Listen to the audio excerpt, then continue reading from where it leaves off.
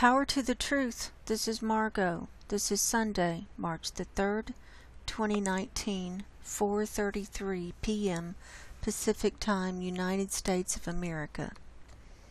So I hope everyone is having a nice weekend, and CAMS does not have any new methane data up yet. You know, they do that. They'll go a few days without updating it, and then they'll put 2 or 3 days up all at once. So in the meantime, we've got plenty of other stuff to cover, and we had some comments regarding the sea ice that I showed yesterday. So we're going to start with a follow-up on sea ice on both the Arctic and the Antarctic, and then we're going to go over to news items from my Facebook page. Then we'll go over comments, and then we'll go over earthquakes. So it's going to be another jam-packed show, so thanks for joining me today, and sit back and let's see what's going on. So the first thing I want to do is we're going to be doing some comments while we do the sea ice, because they have to do with the sea ice. Alfred Phillips wants me to check out the sea ice at Wainwright, Alaska, because that's where he's from, and the Chukchi Sea Coast. Thanks for sharing. So thanks, Alfred, for being here and being part of our community. So we'll sure look at that for you. So when we I didn't know where Wainwright was, so now I'm getting hoarse. Been doing pretty good with my recovery, but tomorrow I have to go get my teeth cleaned, and I'm always not well for a while after that. So I don't know if I'm going to be able to do a show tomorrow or not. I will do my best. And if not, don't worry about me. I'll be back. So here's Wainwright. It's on the coast of Alaska, and the thing I'm using for a landmark is this little ear that comes up. This is Barrow. The name that's there is the Indian name. I can't even say it. But that's Barrow right there on the tippy point, the most northern point of Alaska.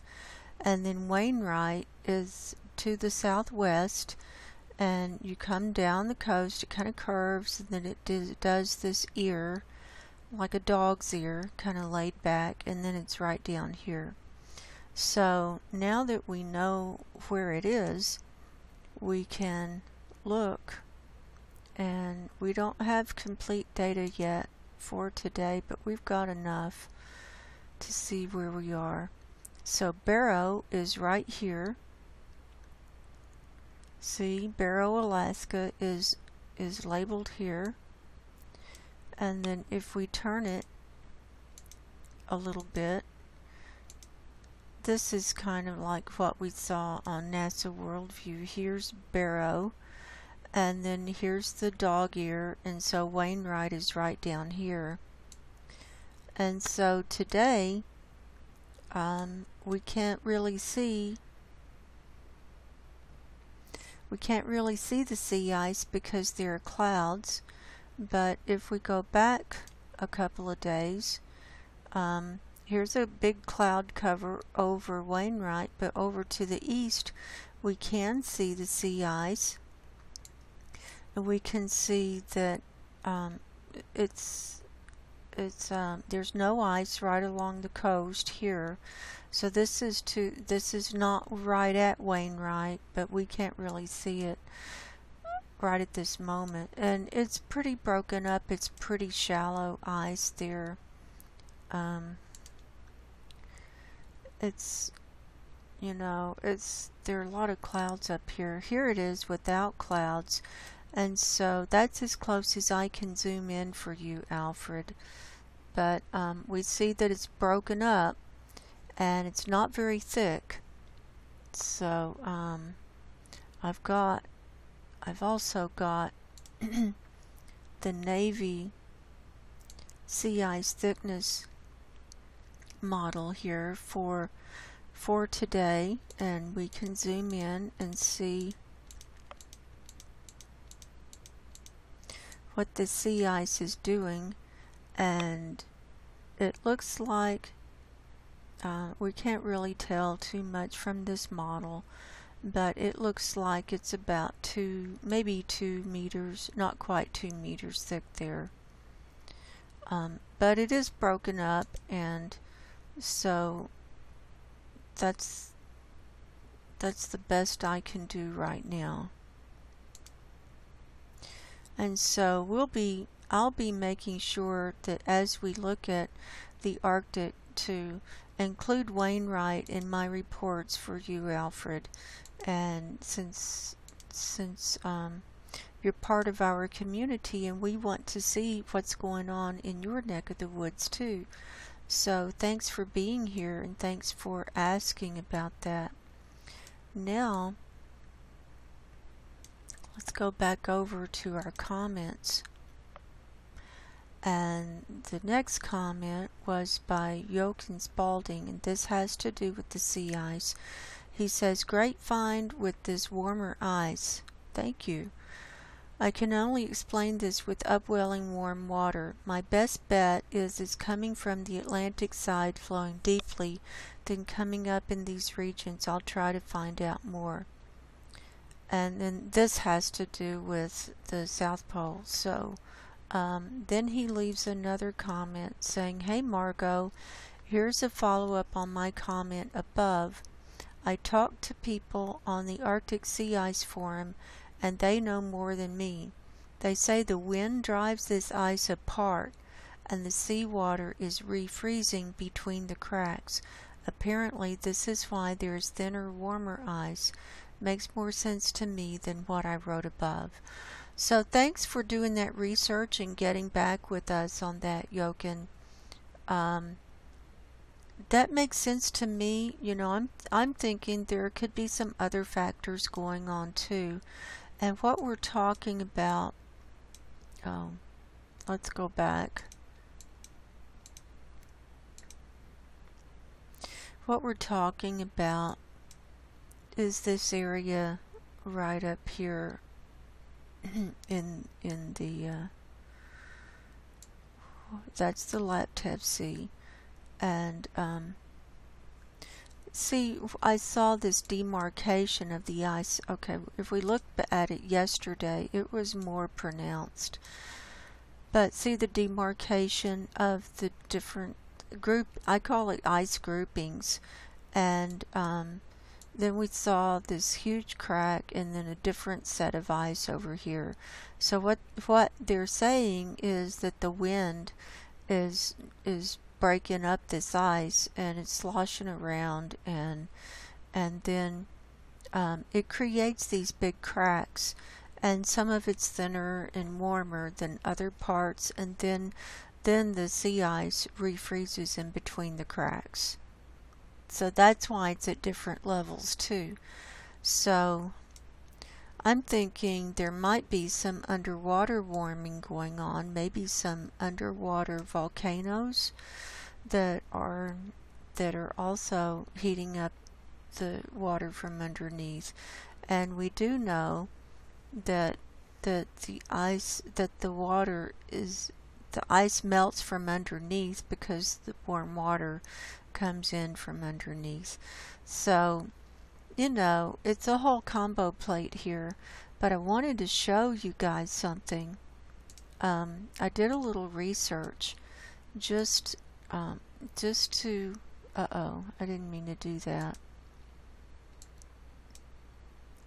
Just to kind of put things in context, and let's bring up our sea ice. Now this is the Navy model of the sea ice thickness from today, and so the area that we want to compare this to is right up here, and so we can see right up here in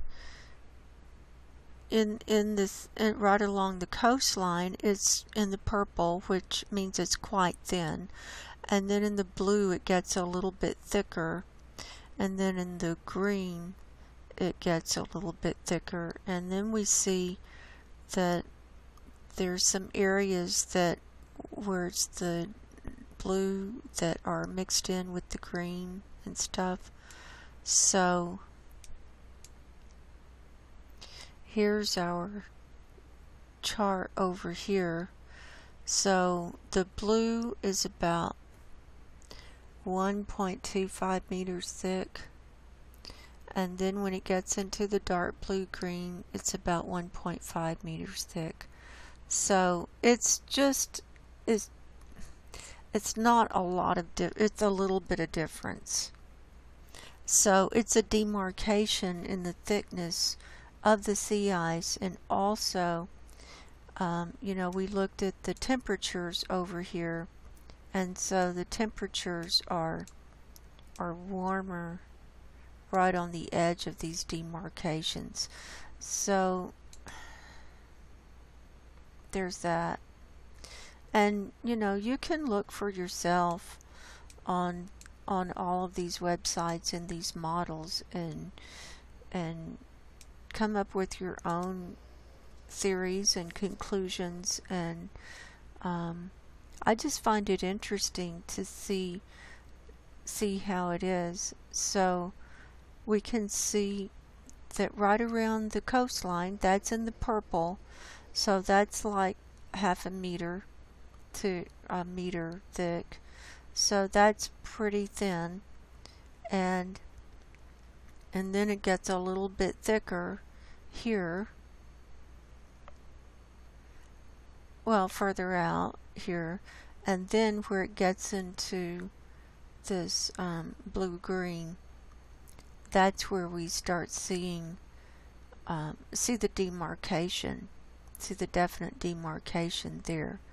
So it follows it around, it follows it.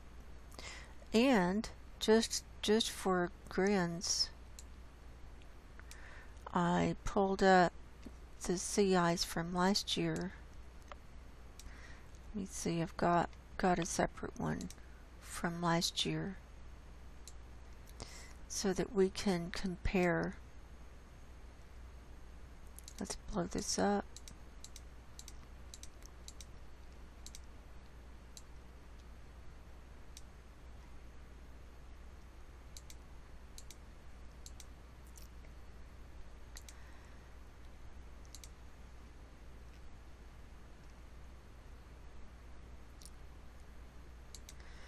So we can see,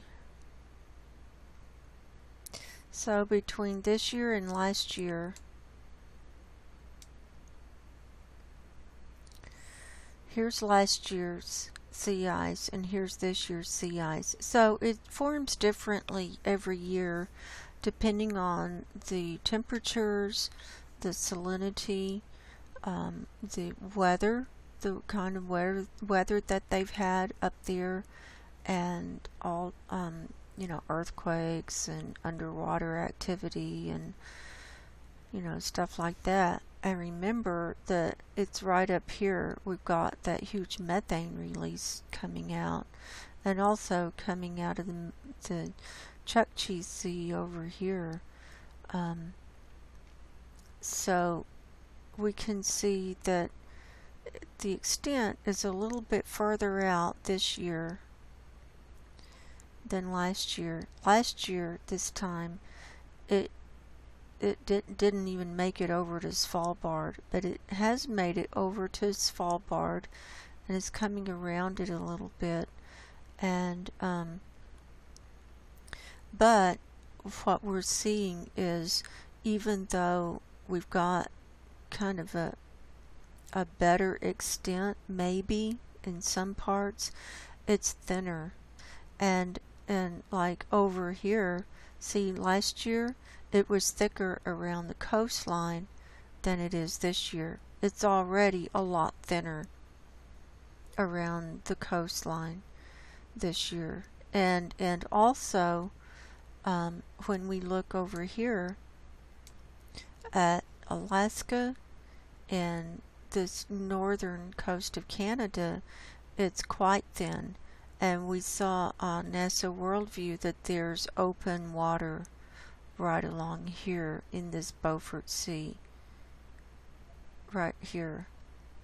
And last year it was thicker. See, it came up all the way to the coastline.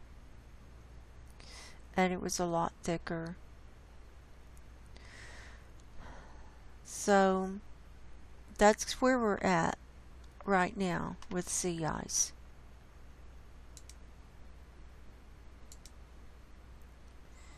And that's about all I can do on sea ice on the Arctic right now. So, and I'm the only one showing anyone any of this. I'm the first one to show it, so just remember that. Also, Jochen, he's talking about the Halley Research Station. He actually gave a link to NASA Worldview, and I was very grateful for that. I was thinking that's what it was, but I mean, it was on this ice sheet here. This is the Brunt ice shelf, and that they're so worried about, and they're having to move their research station in a real big hurry. And so when I go to NASA, now that was from February 28th, and that was a real good view without any clouds. So if we go to the Antarctic and we try and find this for ourselves, here's how we do it. Here we get the Antarctic pulled up. This is the Weddell ice sheet or ice shelf. This is the Weddell Sea, and it's right up here.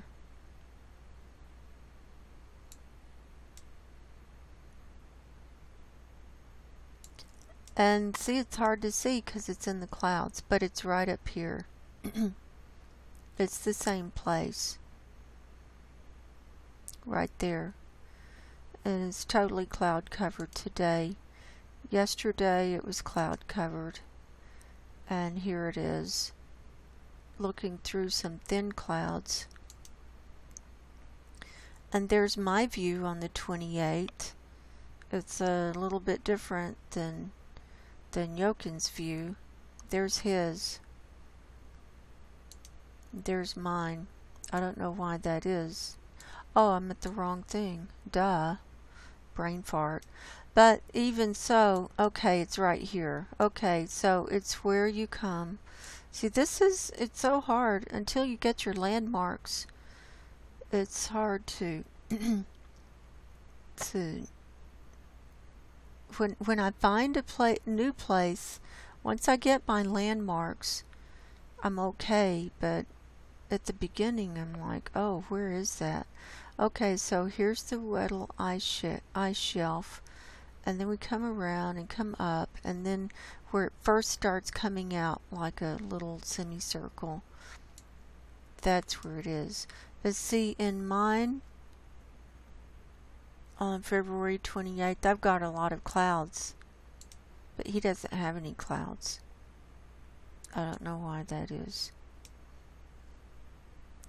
But it's the same place, and here it is on the 27th, and that's more like his picture. See, that looks more the same. So, I can't really see where I don't know if these are the cracks that they're talking about. You just can't get in close enough to really see all the cracks here. But that's where that's the Brunt ice shelf that's breaking up, so we'll be watching that as well. So we're going to leave that now. So thanks, Jochen, for your comments and the research and for helping us out with finding where that Halley Research Station is. And you can also go, if you click on this link, this is a more technical thing on where it is and what they're doing. And so there it is. There's a picture of it without all the clouds, like what you have to go through on NASA Worldview. So thanks for that, Jochen. We appreciate it. So I'm going to put this link in my show notes.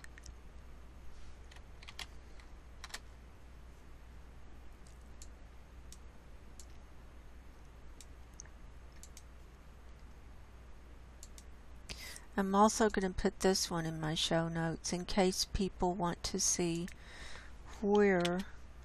exactly where that is on NASA Worldview without any doubt. And sometimes you just need a little extra help like that. I know I do. And once I get that little extra boost, I'm good. So it's so hard to find people who are knowledgeable and who are willing to share links and everything. So I appreciate that, Jochen. I think, let's see, while we're here, let's just go on and do comments next. I mean, we've already gotten through a lot of it.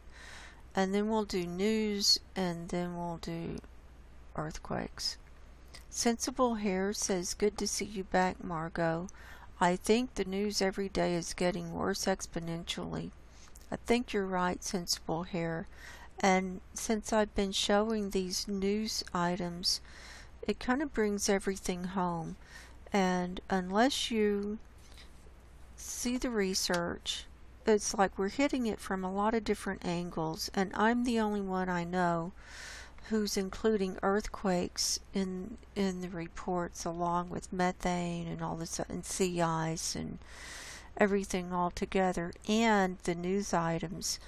So when you get it all together, and plus people's comments, you really get a holistic view of all of it. You get a really big picture of what's going on, and it brings it home. So I agree with you, Sensible Hair. Thanks for being here. And Annie Pills TV says, thanks for all your videos. You're welcome, Annie. Thanks for being here. Colin Shaw says, hi, Margo. Hi, Colin. You mentioned you suffered with nasty allergies. I also battle with them that make you feel tired and fatigued and sensitized. So take time out as necessary to rejuvenate. Trust you're okay. Oh, I do that. I do that as I need to. Thank you for your reply. That not fitting in feeling describes the way I have existed also. Be of good cheer. It means a natural yearning for higher expression and way beyond the shallowness of this restrictive and limited mechanical ignorance which the many vibrate with and keeps them unconscious, therefore harsh and insensitive. Keep yearning for the light. It knows you and will arrive. Thank you, Colin. I appreciate that. And I appreciate you being here.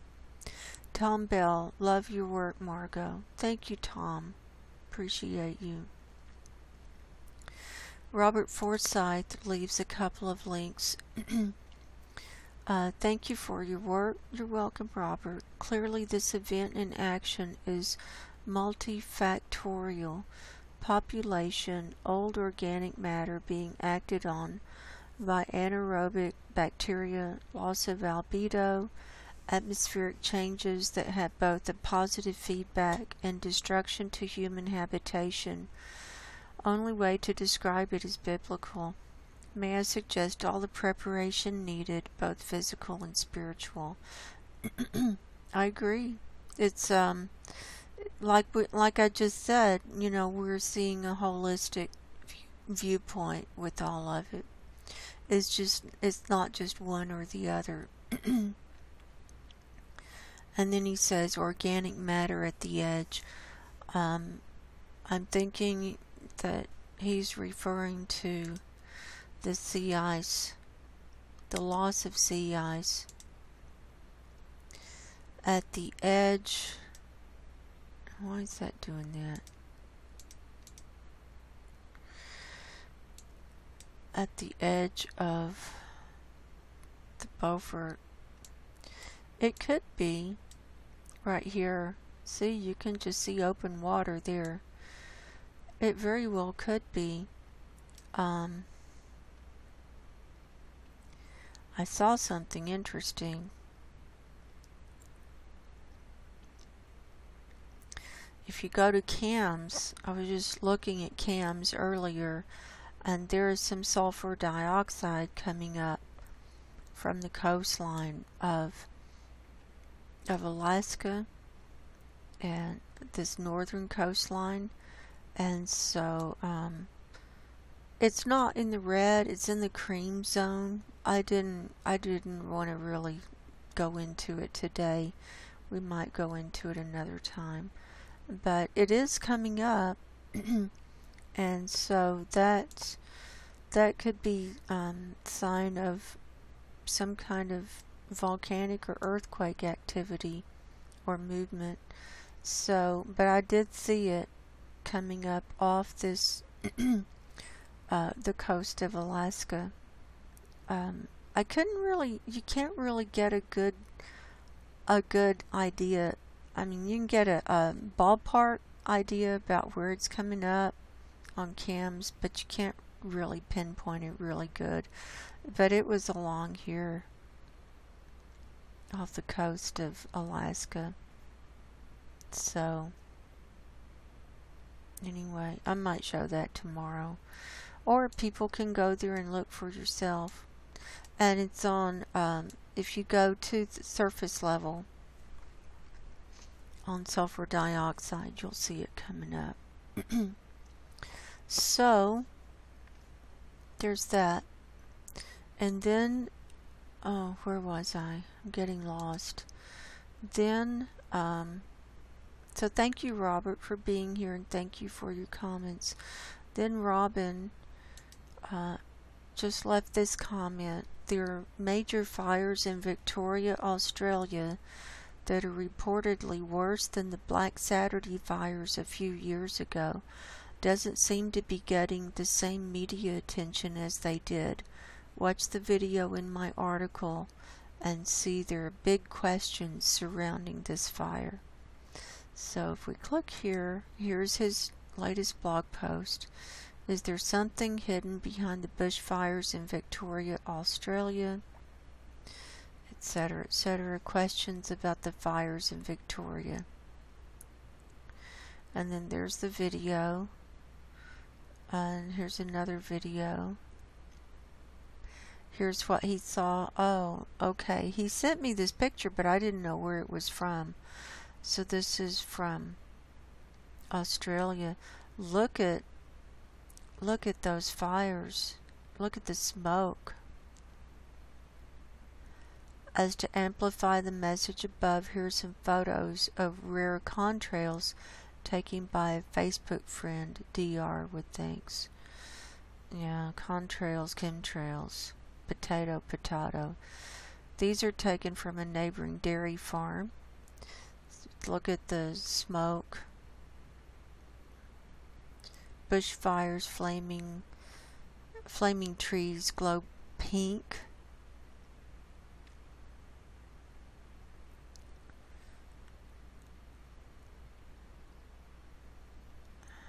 Here's some more pictures.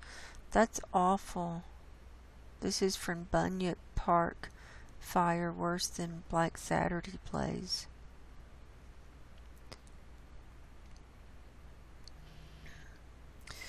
Victoria bushfires. Wind change blows raging bushfires east.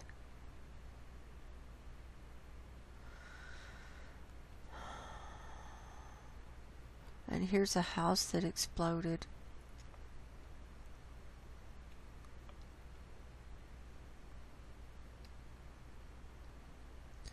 So let's keep all of these people in our prayers. And they're evacuating, and it says 2 homes have been confirmed lost at Yunar South, where an out-of-control blaze today increased in size from 1,000 hectares to 1,500 hectares.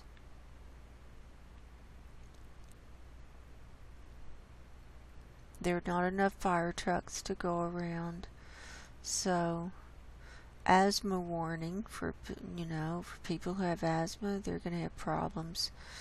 This is why in your prep kit, if you can get one of those, what is it, N95 respirator mask, that will help keep out a lot of those particulates.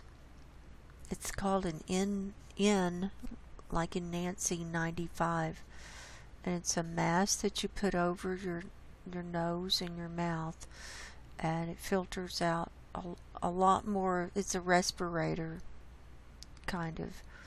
They're about $100 in the United States. You can get them on Amazon. So this is serious, and this is what's going on, and we're going to be seeing more and more and more of this. So thank you for doing all of that research and putting it together, Robin, and thank you for posting it here. We appreciate you. So what was I going to do? Oh, let's see. Let's see if we can see the fires on NASA Worldview for ourselves.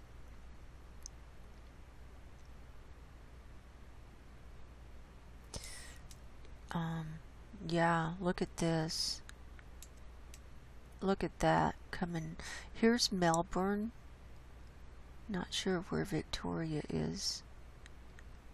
Oh, this whole area is Victoria, but looks like this is just a regular cloud. But this wispy gray stuff, that's from the fires. That's huge. That's awful. That's awful. And then New Zealand's over here, so it's headed for New Zealand. The smoke is. Here it was yesterday, so that came up fast. There's nothing yesterday, and now look at that today. That blows my mind.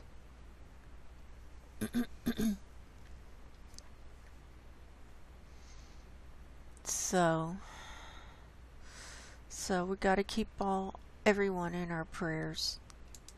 We just got to keep praying all the time, keep everyone in our prayers. And let's look at Climate Reanalyzer and see what it looks like down there for the 2-meter temperature anomaly. Well, there it is from today.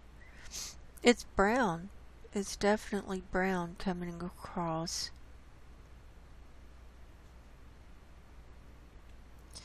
Let's look at, just for the heck of it, look at the sea surface temperature anomaly. See, the sea surface temperature is way high. Definitely.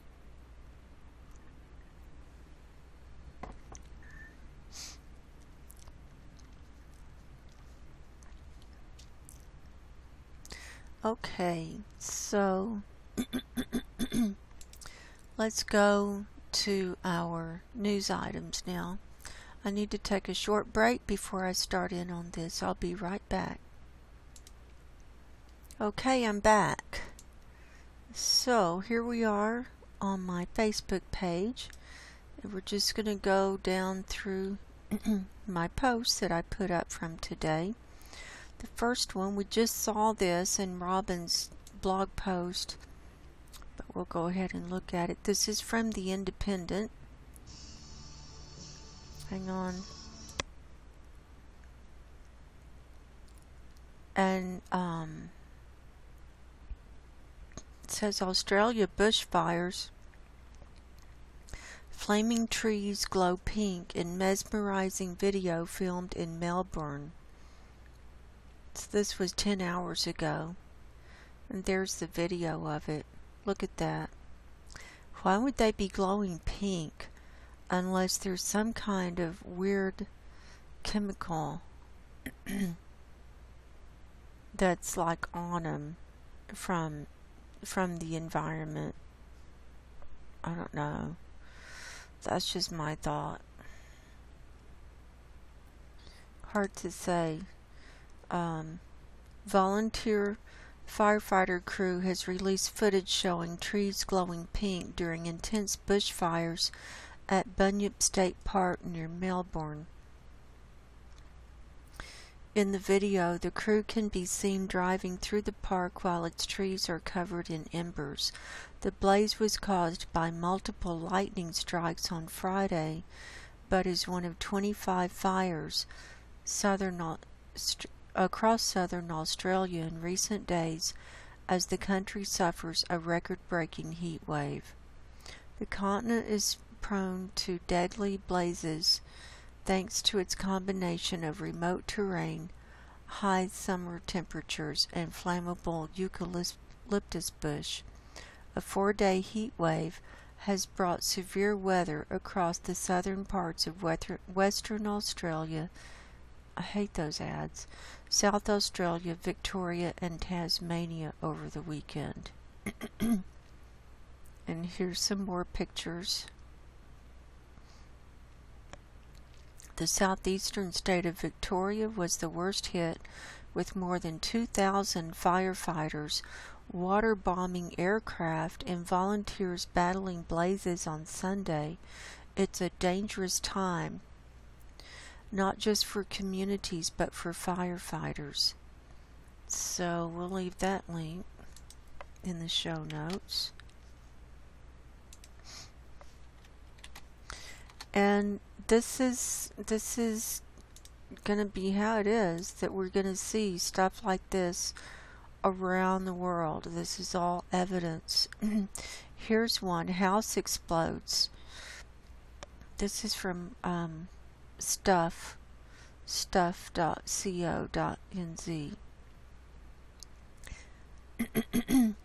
House explodes as huge Australian blaze threatens to burn more homes.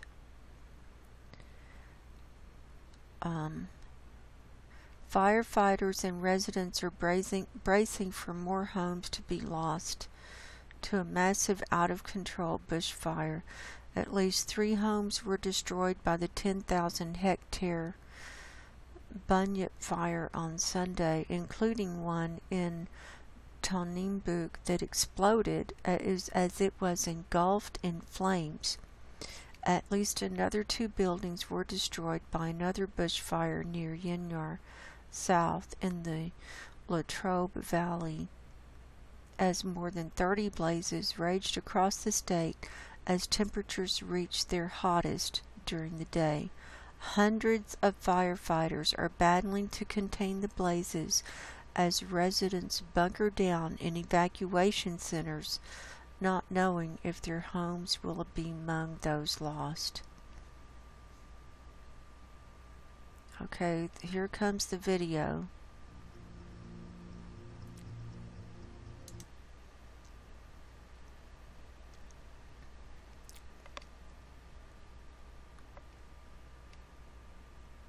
Oh my gosh, look at that. Burned to a crisp. I wonder if they're getting pictures of this with drones. Anyway.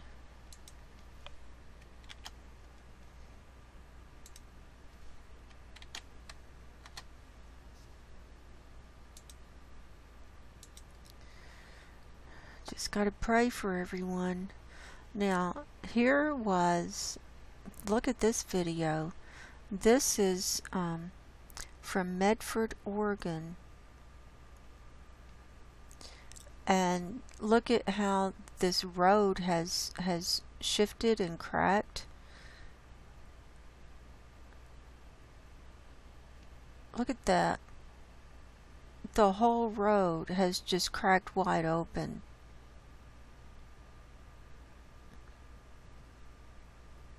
And see, it's a lot higher. I don't know how much higher that road is. It looks like it cracked and sunk. So let's see what it says.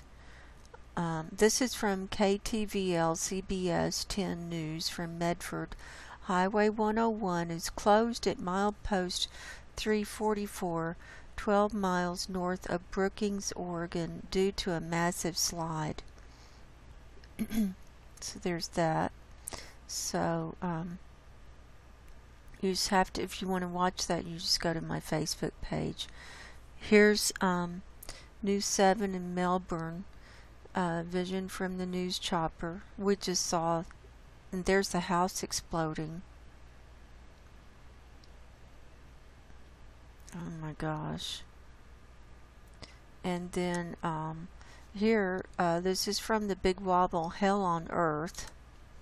And this is hottest January ever, wettest February ever, hottest start to autumn ever as an explosion of wildfires hit Victoria, Australia. This is from today, and they're showcasing Australia down here, and it looks like this is Earth Null School, and look how hot that is.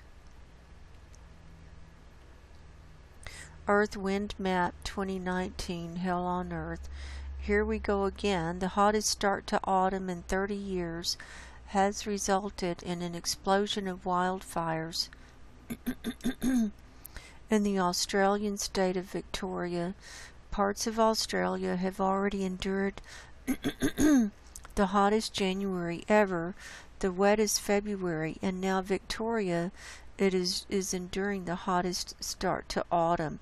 Now, you know, Australia is a large continent, and so they can have lots of different kinds of weather in different parts of the country, because that flooding happened up here in this northern part, and then down here we've got the fires. And remember, they had fires over here not too long ago. So anyway, the drought has also damaged the winter wheat crop and expected to drag the wool clip to a record low. That's the wool clip for the sheep. The Pacific nation had its third warmest year on record in 2018, a year marked by severe drought in parts of the country and a prolonged bushfire season. Australia continued the trend into 2019 with its hottest January on record. So we'll put that link in our show notes.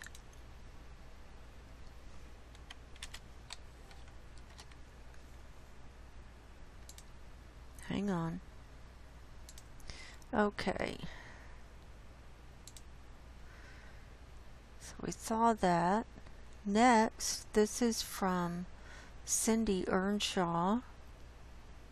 She posted this article from ktoo.org.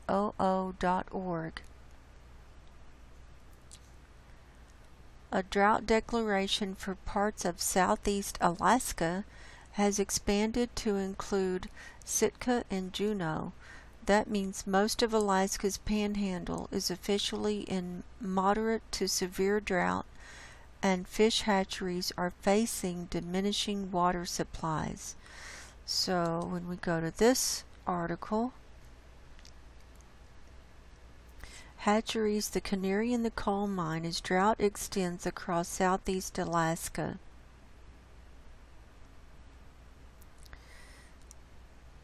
drought declaration for parts of southeast Alaska has expanded to include Sitka and Juneau.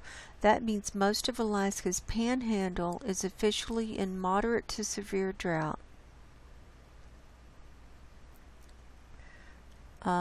This is Brock Meredith. He says he's the operations manager at Dipac's Juneau Hatcheries. He said February 26th that the warming climate is challenging and is posing new challenges. So he understands. There have been weeks of beautiful blue skies, but fish hatcheries see a dark side to all this sunshine, diminishing water supplies. Inside the Macaulay Salmon Hatchery, owned by Douglas Island Pink and Chum, or DIPAC, Operations Chief Brock Meredith shows the inner workings of the Juneau plant. When the facility is full, each one of these stacks of incubators have got about 1 million fry in them, and this place sounds like Niagara Falls. Oh my gosh. It's not quite Niagara Falls, but this hatchery, one of the state's largest, does use a lot of water. Right now, at least 6,000 gallons run through the plant every minute, and that can more than double in the summer. Salmon fry need lots of cold, fresh water, but with warmer water flowing down from reservoirs, this year DIPAC had to move the juvenile fish out to colder salt water in January, months earlier than ever before. So, there's the baby salmon. Tens of thousands of juvenile king salmon are kept in cold water tanks. So, they're going to be in trouble if they don't get rain soon, it looks like. So I'll leave that. Somehow I just don't have a lot of sympathy for fish hatcheries. It's kind of like chicken farms to me. But, you know, that's important. You know, people eat it. Now here's a video on YouTube, Russia weather engineering chemtrails and cloud seeding with cement. That's an interesting video if people want to watch that. Cloud seeding with cement. Go figure.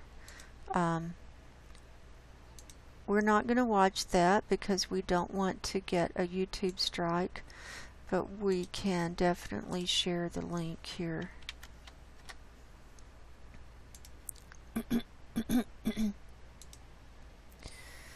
Then we just go around the world here. This is from Cambodia. Gripped by drought, Cambodian farmers struggle against changing climate. And this is from March the 2nd. And I know I'm not going to be able to pronounce a lot of these names, so I'll do my best. Let's get rid of that. Phnom Srok District, Banteay Minche Province. The Trepang Tamar Reservoir, the largest of the Khmer Rouge regime's irrigation projects built atop the bones of the dead, is running dry amid one of the worst droughts to hit Cambodia in living memory. In northwestern Cambodia, over 400 kilometers from Phnom Penh, the vast protected area serves as a crucially important water store for thousands of rice farmers and their families in Phnom Srok district and other neighboring areas. Trepang Tamar Reservoir also provides a home to a number of endangered species, including the Saru's crane. During a recent visit to the area, farmers were fishing and pumping water to their rice field from small ponds that are all that remains of the more than 12,000 hectare reservoir in Banteay Myeonche Province's Phnom Sarak district. Farmers complain that there is a scarcity of rain both during the wet and dry season. And here's one of the farmers. Ping Chantria, a rice farmer, lives in Phnom Sarak district. And that's from February 22nd. It looks dry there, doesn't it? And Ping is talking. She says it's not like before. It is worse than ever. I think it's a woman. I can't tell. I think it's a woman. Worse than ever. Ping Chantria, a 30-year-old farmer who adds she can no longer produce enough rice. It only rained twice during the wet season last year. And now early this year until now it's not rained at all, said another farmer. I lost the money I saved for my wedding, she says. Cambodian farmers harvest rice in 2 seasons, the rainy and dry seasons. Farmers in this district have complained that production of paddy rice in both rainy and dry seasons has declined. Cambodia's rainy season typically arrives in May and ends in August. And says no more rice farming, so it goes on and on. So there you go. All victims of abrupt climate disaster, disruption, whatever you want to call it. It's all the same. Next, here's a 75-car pileup outside of Montreal, Ontario. Montreal. And a hockey game breaks out only in Canada. Look at that. 75 cars got involved in an accident. And so a bunch of the hockey players got out their hockey sticks and played hockey in the road. People stuck in a 75-car pileup just east of Montreal got creative to pass time.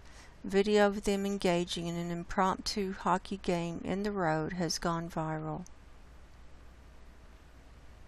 So there's that.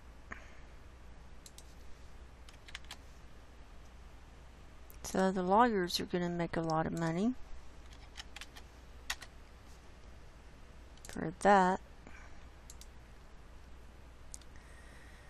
Then, from ecowatch.com, U.S. military is world's biggest polluter. Why does that not surprise me?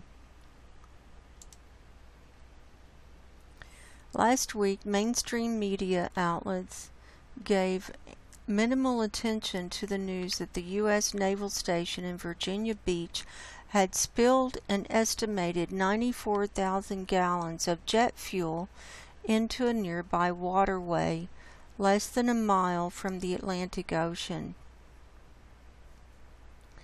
While the incident was by no means as catastrophic as some other pipeline spills, it underscores an important yet little-known fact that the U.S. Department of Defense is both the nation's and the world's largest polluter, producing more hazardous waste than the 5 largest U.S. chemical companies combined.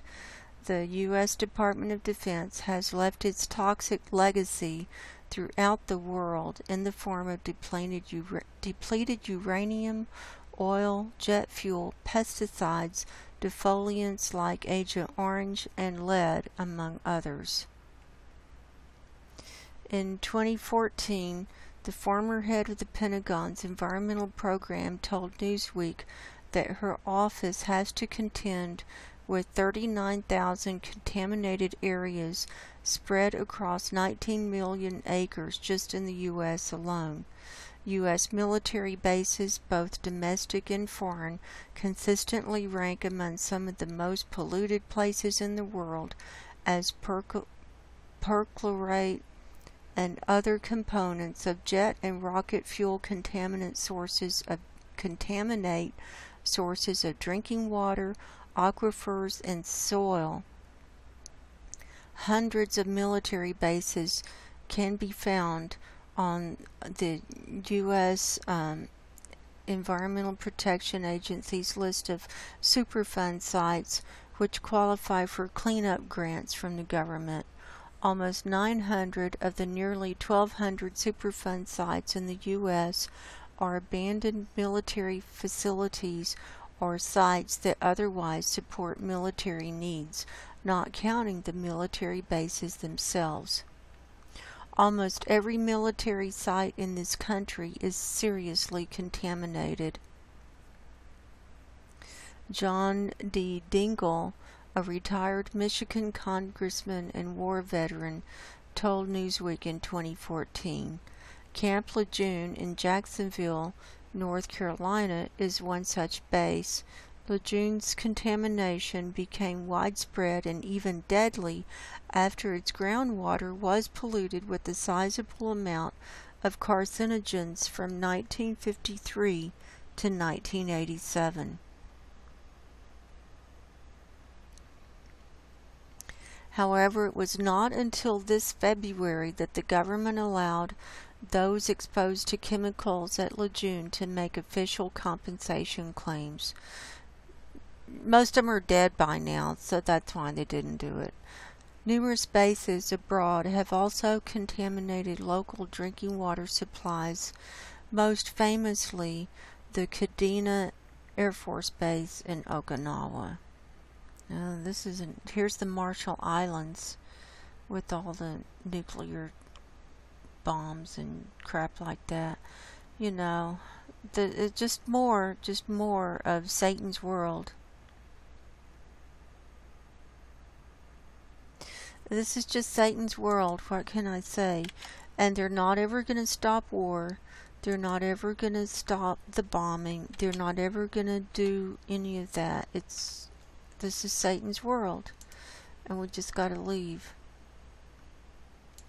So it doesn't matter what we do to try and change things. Or, you can go vegan.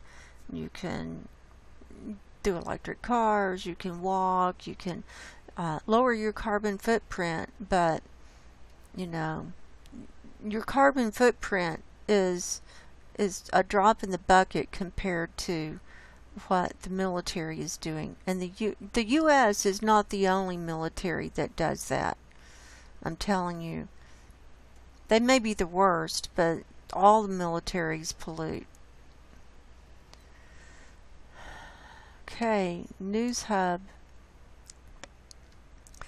Weather. Record-breaking heat from Australia heading to New Zealand. This is from today.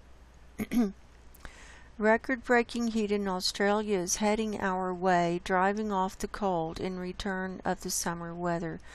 And see, I can't play the video because I'm in a geo-restricted zone.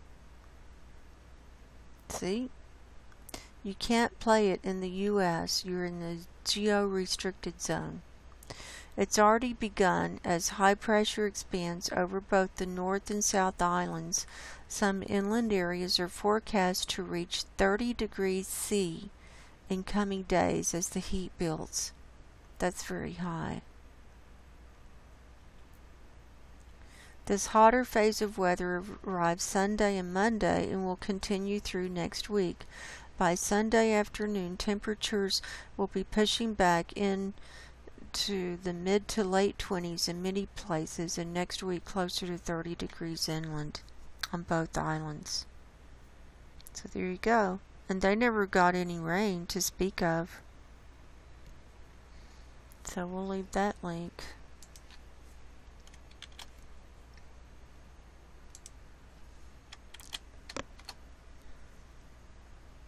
It's just getting worse and worse.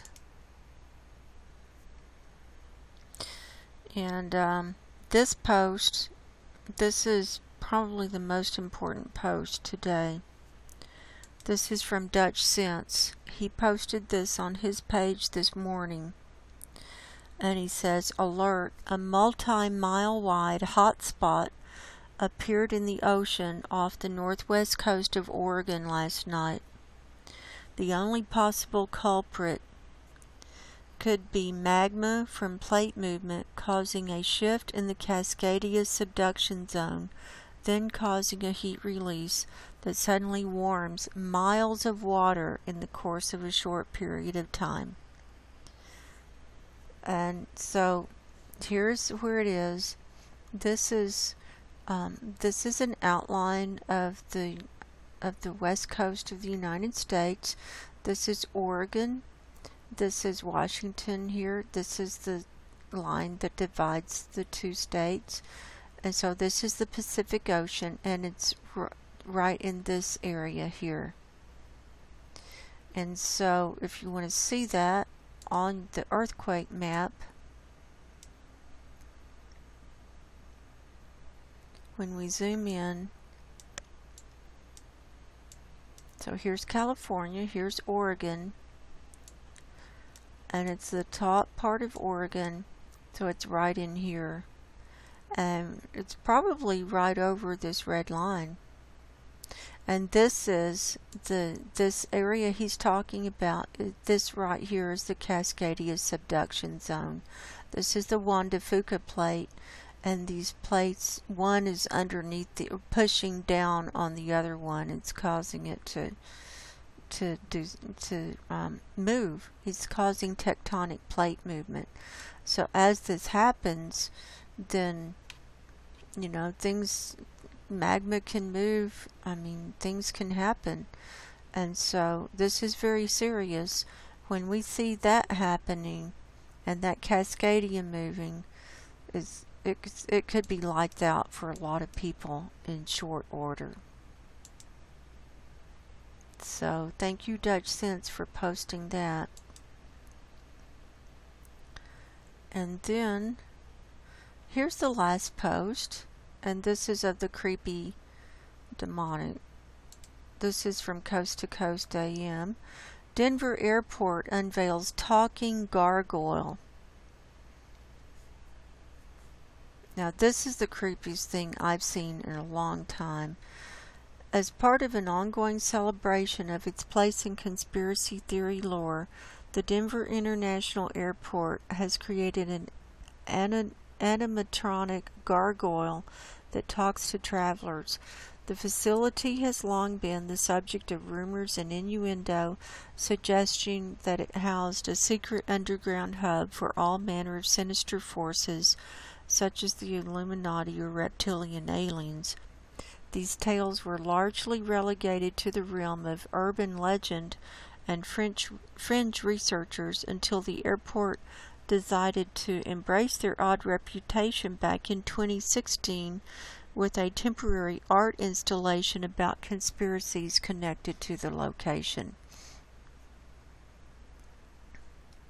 The airport subsequently doubled down on the idea last year when they launched a conspiracy-themed ad campaign about renovations at the site, and now they've taken it a step further by replacing their iconic gargoyle statues, which are often cited as a clue that the location has occult underpinnings, with a robotic replica that chats up unsuspecting people nearby. In an amusing video released by the airport showcasing their new attraction, the 243-year-old faux statue can be seen surprising travelers as it suddenly comes to life and begins cracking jokes about conspiracy theories or roasting passengers, while those who believe that the facility really does house some kind of clandestine base for nefarious forces may argue that the gargoyle is merely an attempt at discrediting the idea. Anything that makes the tediousness of airport travel a little more tolerable is all right by us. So there you go. And I'm not going to play that because I don't want a YouTube strike.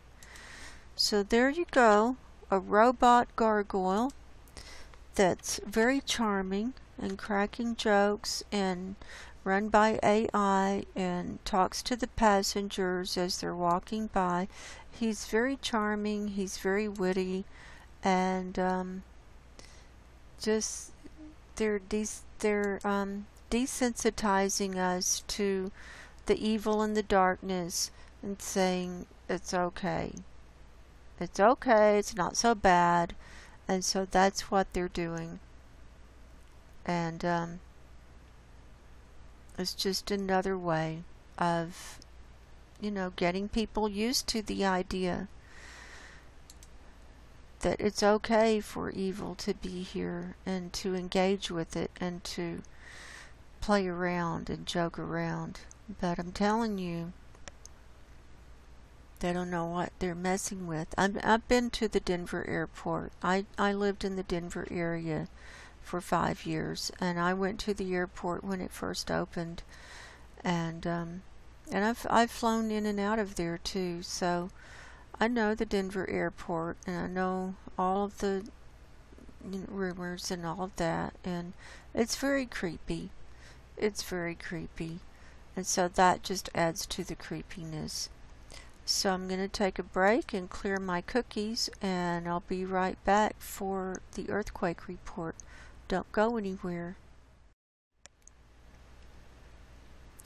Okay, I'm back, and so now we're going to do our earthquake report.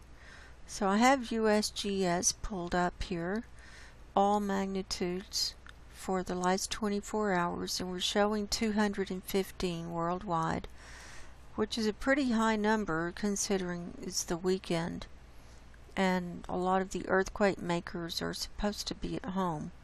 So, and we have, out of those 215, 31 of those are 2.5 magnitude and higher. So let's see what's going to come off the map soon. Okay.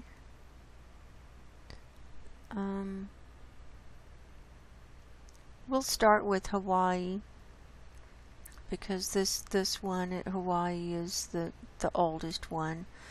So let's go to all magnitudes to start down here. And we're seeing 10 on the map today on the Big Island of Hawaii. So I'll just call them off. We've got a 2.6, 1.7, 2.9, 1.9, and this is at a minus 0.6 kilometers depth, meaning that the earthquake is up in the mountain. That's showing movement, magma movement up in the volcano. 2.1, 2.4, so they're getting higher. 1.8, 1.9, 2.6, and 2.0. So the activity has not stopped here. This is the Kilauea crater. So anyway, so they're just all spread around. They've just got a whole bunch down here. And then those two in the ocean. I got all of those, I think. Yep. Got all of those. So now let's come on down to the South Pacific. See what has come in down here. Here's a 4.6 near Naifu, Tonga. This one came in today at 4:47 this afternoon.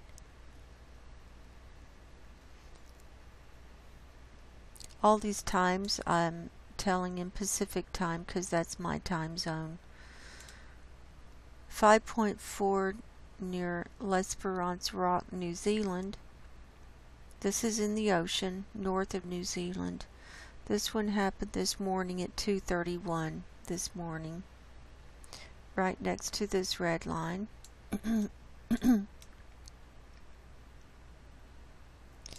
Now, in Indonesia, we've got two on either side of the red line. The first was a 4.4 near Palu, Indonesia at 9:37 this morning, 231 kilometers deep. That's pretty deep. That will cause movement around the planet. And a 4.6 near Palu at 2:51 this afternoon. Then moving on up, here was one on land of 4.9 near Kasigungku, Indonesia. This one happened at 2:45 this morning, and you know, that's close to a 5. And Dutch Sense seems to think that they downsize the low 5s down to 4.9 so it doesn't freak people out. I don't know, maybe. 4.2 near Pandagutan, Philippines. This one happened at 8:40 this morning. 76 kilometers deep. Moving on around off the coast of Africa, between Africa and Madagascar, there's a little island right here, and this is a 4.5 near Pamanzi Mayati at 7 o'clock last night in the ocean, 24 kilometers east of it.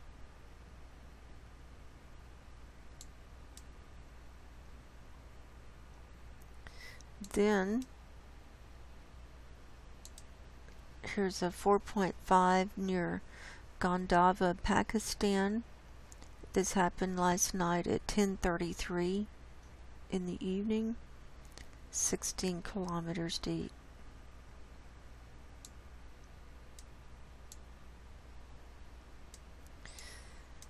Now South America.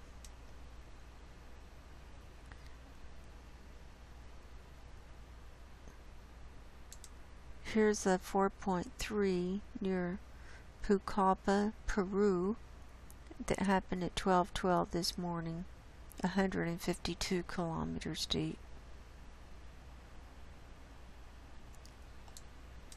Moving on up into the Mexico area.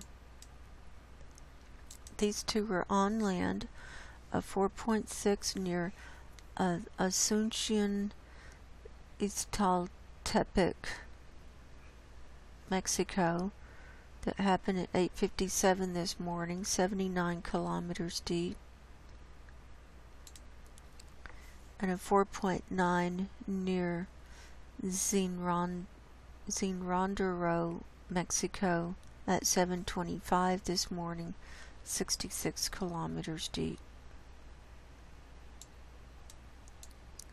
And now the Dominican Republic is showing 7 today. A 1.8, 2.6, 2.1, 2.5, 2.5, 2.9, and 3.4. That was the largest one. Here's Roadtown, British Virgin Islands. So it was north of that.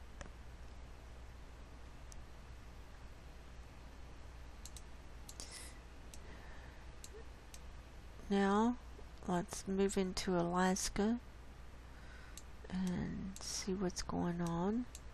We've got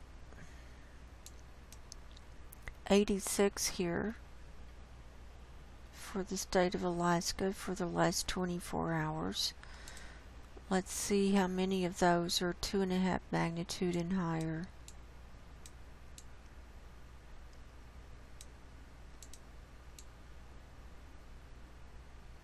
There are 7 that are 2.5 magnitude or higher. So let's go around and get those. First we had a 3.4 near Kodiak and a 4.2 near Kodiak. Then here's a 2.8 near Butte, or Butte, not Butte, Butte, Alaska.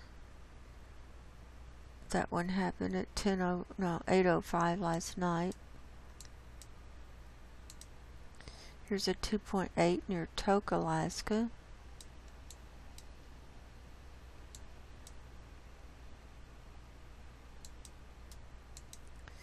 Here's a 2.6 near Circle. 2.8 near Tanana. And 2.9 near Kobuk. Yep, we've got more than one there. I thought we had more than one. Nope, just one. Okay.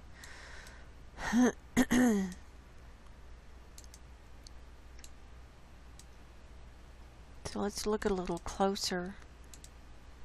Here's a 2.2 near Koptovik. And there were actually 3 up here at Kobuk. Got a grouping.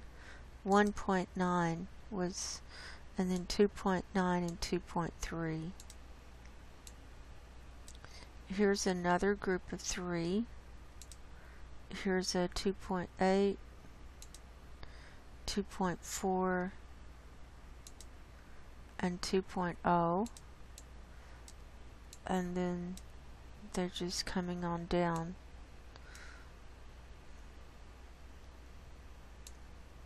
This is the Anchorage area.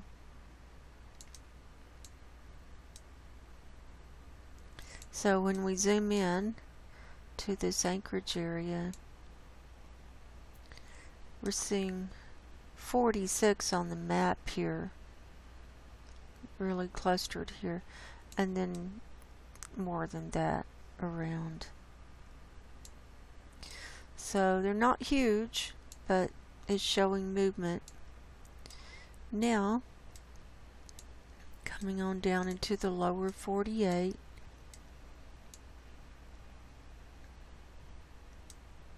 in the U.S.,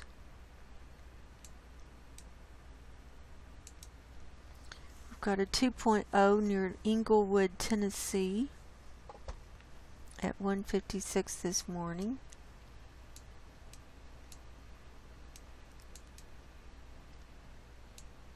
Then at Enterprise, Utah, we've got 5. I'll call them off at 3.0,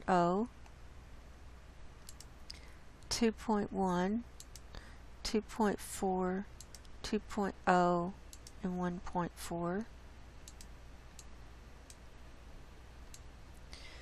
Yellowstone is quiet. Pacific Northwest is pretty quiet. We're showing 2 up here. 0.4 near Allen, Washington, and a 0.1 near Amboy, Washington. Now remember, Mount St. Helens is right over here. So that's not too far. Well, it's a ways from there's Mount St. Helens. But this is, what is this? No, that is at Mount St. Helens. What was this other one? Oh. There's Mount Adams. Okay. This one is at Mount St. Helens. Okay, I stand corrected. There we go. We've seen them here before. Small, but it's still showing movement and activity. Coming on down, Oregon looks clear. And now Nevada and California. We are the hot spots, aren't we? Let's look at the geysers area first. We've got 20 here today.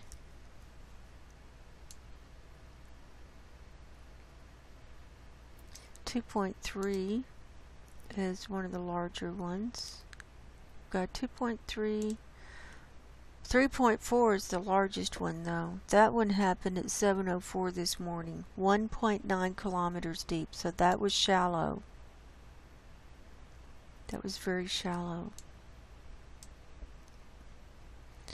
Then 1.9 near Pacheco at 11:55 this morning. Let's just come on down the coastline. 2.1 near Tres Pinos, 1.6 near Pinnacles, 1.5 near Nacimiento, Lake Nacimiento, sorry, 1.5 near Simler,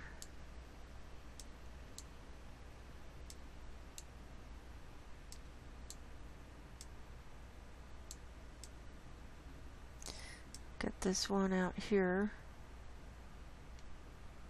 near San Clemente. 2.3 near San Clemente Island off the southeast tip. This one happened at 10:07 this morning.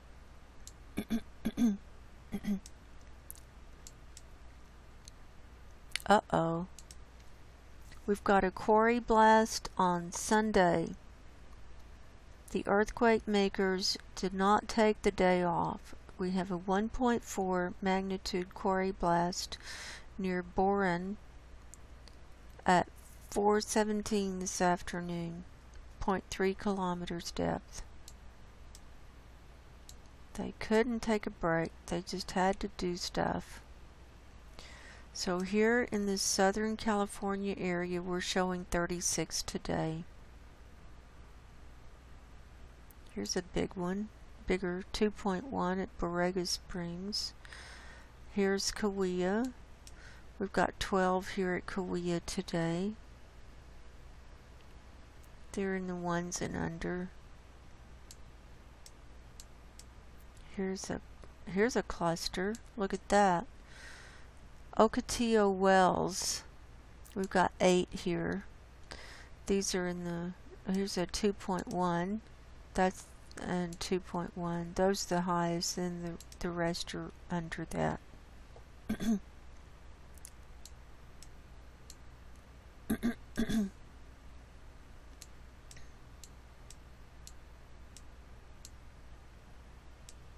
So these are, ones and under. Now let's come up the other side. 0.9 at Inyukern, sorry. Here's 4 at Coso Junction and Little Lake. Little Lake and Coso Junction. I'll call them off. 2.3, 2.0, 2.2, and 1.3. Same area.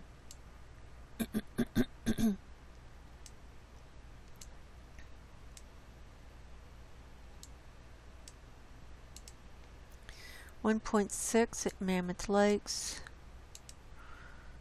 0.5 near Bridgeport. Now moving into the Reno area. Here's a 1.1 north of Truckee, California. This one happened at 8:51 this morning. And then northwest of Reno, we have a 1.0 near Portola, and 1.5 near Janesville. This is Honey Lake. That's an interesting place. I've been there. Now, Nevada. Here's one. 1.6 near Battle Mountain. We normally don't see them there. That happened at 12:25 this morning at 0 kilometers depth. Then 0.6 near Hawthorne. Then we've got a couple here near Hawthorne. Here's a 1.3 near Tonopah. Here's a grouping of 3 at Goldfield. Remember, we had this cluster here yesterday. And 0.7, 1.5, and 0.9. They're at Goldfield. Then coming on down, here's 2 near Beatty, a 0 and a minus 0.2. So those are microquakes. And then a 0.3 near Enterprise, Nevada. And then we have a cluster right up here. Okay, we've got this lone one, a 1.8 near Corinth. And then we've got 5 right here near Corinth. So we got 6. They're just on either sides. 1.7, 2.0, 2.6, 1.8, 2.8, that's the highest, and a 1.2. So I don't know what's going on there. I just don't know.